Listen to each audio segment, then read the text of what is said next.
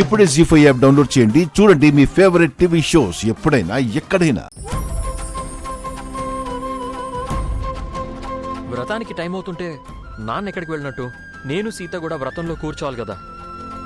అదుగో బావొస్తున్నాడు.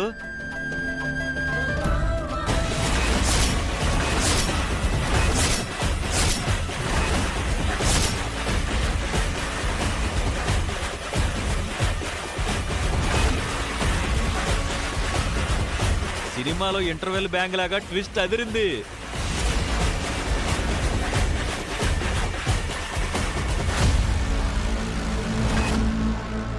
జన, ఏంటి నువ్వు చేస్తోంది? వ్రతం నీతో కాదు, ఈ సుమతి నేను చేసుకోబోతున్నా.